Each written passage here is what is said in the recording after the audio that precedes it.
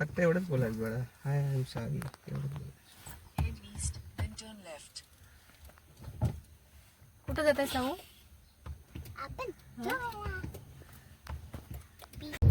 हाय hello नमस्कार, मी Priyanka and welcome to my vlog. जसं की तुम्हाला माहिती आहे की आम्ही आधी गणपतीपुळेला स्टे केलेला, म्हणजे मुंबई टू गणपतीपुळे आणि गणपतीपुळे टू गोवा असा आमचा टूर. याबद्दल ना मी तुमच्यासोबत आधी बोललेली आहे आणि गणपतीपुळेचा व्लॉग देखील मी शेअर केलेला आहे. नसेल बघितला तर नक्की विजिट करा. आम्ही ना गणपतीपुळेला छान असं सकाळला दर्शन घेऊन ना 10 ते 10:30च्या दरम्यान आम्ही निघालेलो.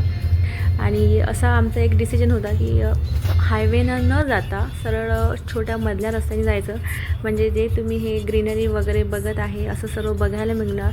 आणि जाता जाताना आम्हाला बरेचसे स्पॉट पण म्हणजे या रस्त्याने ना तुम्हाला असे साईडने ना बीचेस वगैरे लागणार होते, म्हणून आम्ही हा रस्ता चूज केला आणि निघालेलो आहे आम्ही गोव्याला जाण्याकरता.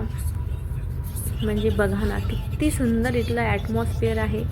आणि बाय कारने जर तुम्ही जात असाल किंवा आलेले असाल ना, तर हा एक बेस्ट सजेशन राहणार आहे की हायवेने न जाता, म्हणजे तुम्ही जर गोव्याला जात असाल गणपतीपुळेवरून, तर हायवेने न जाता तुम्ही असा मधल्या रस्त्याने जा, म्हणजे तुम्हाला एक वेगळी एन्जॉयमेंट मिळेल. आणि नंतर ना आम्ही इथे आरेवारे बीचला थांबलेलो होतो आणि आरेवारे बीच हा मी तुम्हाला आधीच्याच व्हिडिओमध्ये शेअर केलेला आहे, सो आता याच्यामध्ये मी काही दाखवत नाही. आणि इथनं आमची ओरिजिनल जर्नी स्टार्ट झालेली होती गोव्याला जाण्याकरता. सो आता आम्ही जाणार आहे गोव्याला. आणि बघा ना, म्हणजे हे जे पर्सनली मी तुम्हाला हा जो दाखवत आहे ना, म्हणजे दाखवण्याकरता तर काही नाही आहे, फक्त पाहण्याची नजर हवी आहे.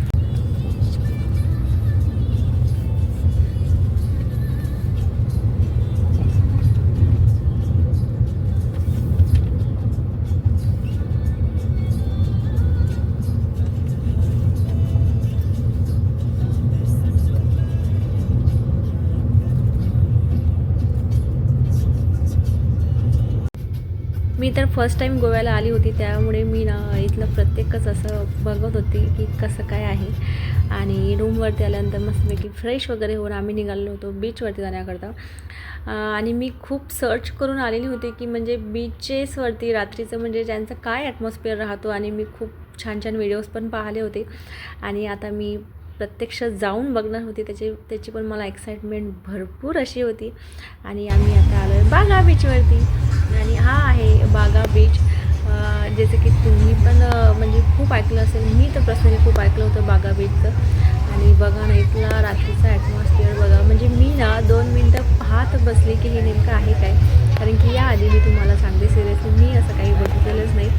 आणि मस्तपैकी इथे एन्जॉय केलं. ट्रॅव्हलिंग जास्त झाली होती त्यामुळे आम्ही जास्त थांबलो नाही. आणि लगेच ना थोडीशी म्हणजे मॉर्निंग ब्रेकफास्टच्या टाईमला असं म्हणजे 3:30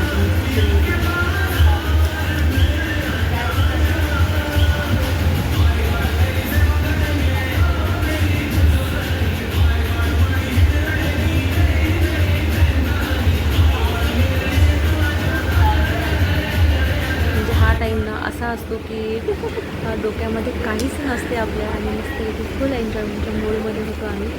आणि हा आहे बागा बीचचा मॉर्निंग व्ह्यू. दोन्ही पण व्ह्यू खूप सुंदर आहे, आपापल्या ठिकाणी मस्त आहेत.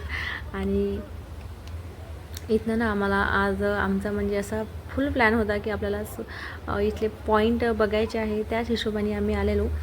आणि इथे आम्हाला म्हणजे आज असं होतं की एकंदरीत 7 ते 8 पॉईंट पाहायचे होते.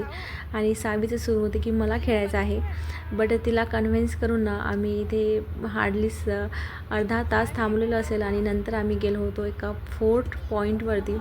बट झालं असं की मी ते रेकॉर्ड नाही करू शकले, कारण की आम्ही स्कूटी घेतली होती रेंटवरती. आणि एवढं ऊन आहे, आणि ऊन तर सोबतच माझ्या हातात एक मोबाईल मॅप पण सुरू होता. आणि हा आहे 4th पॉईंट. आणि याच्याकरता ना वरती जाण्याकरता असं काही थोडं स्ट्रगल आहे, खूप साऱ्या पायऱ्या आहे. आणि नंतर चढताना वरती जाताना पण एक वेगळ्या प्रकारच्या पायऱ्या आहे, पण वरती गेल्यानंतर ना हा जो व्ह्यू मिळतो ना, तो आपल्याला आपलं पूर्ण स्ट्रगल विसरण्याला मदत करते. आणि बघा इथला खूप सुंदर असा व्ह्यू आहे. आणि तुम्ही हे जो पाहत आहे हा आम्ही नॉर्थ टू साऊथ गोवा गेलो. आणि बघा हा जो पॉईंट आहे ना, हा व्ह्यू पॉईंट आहे, हा साऊथ गोव्यामधील पॉईंट आहे. हा पण खूप सुंदर आहे. बट झालं असं इथं आल्यानंतर की यार एवढ्या लांब तर आलो, पण जो व्ह्यू तिकडे बघितला तोच व्ह्यू आम्हाला इकडे पाहायला मिळाला. कधी कधी काही गोष्टी माहीत नसताना अशा गोष्टी होतात. So it's okay. आणि खूप दमलो होता आम्ही, खूप जास्त ऊन होतो. मी तुम्हाला वारंवार सांगत आहे की खूप जास्त ऊन आहे तिकडे आणि त्यामुळे ना आपण दमून जातो. सो आम्ही पण टायर्ड झालो आणि नंतर असं डिसिजन घेतले की आता कुठंच नको, जेवण करायचं आणि मस्तपैकी निवांत बीचवरती बसायचं. सो आम्ही त्या प्लॅनिंगने निघालेलो होतो. आणि मध्ये ना आम्ही जेवण वगैरे केलो आणि नंतर सरळ आम्ही रूमवरती गेलो, थोडा वेळ आराम केला.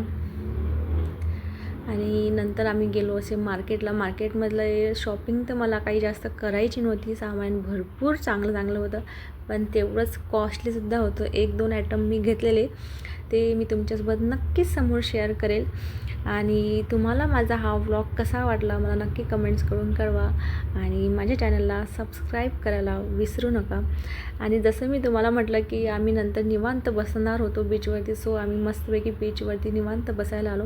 आणि एक काहीतरी जादू असते ना पाण्यामध्ये. म्हणजे आम्ही इथं जसे पाण्यामध्ये थोडं खेळलो वगैरे, तर आमचा जो दिवसभराचा टायर्डनेस होती ना, ते एकदमच गायब झाली आहे. So okay, bye. तुम्हाला हा व्हिडिओ कसा वाटला नक्की कमेंट्समध्ये कळवा. आणि माझ्या चॅनलला लाईक, शेअर अँड सबस्क्राईब करायला विसरू नका. भेटूया आपण नेक्स्ट व्लॉगमध्ये. तोपर्यंत बाय, टेक केअर.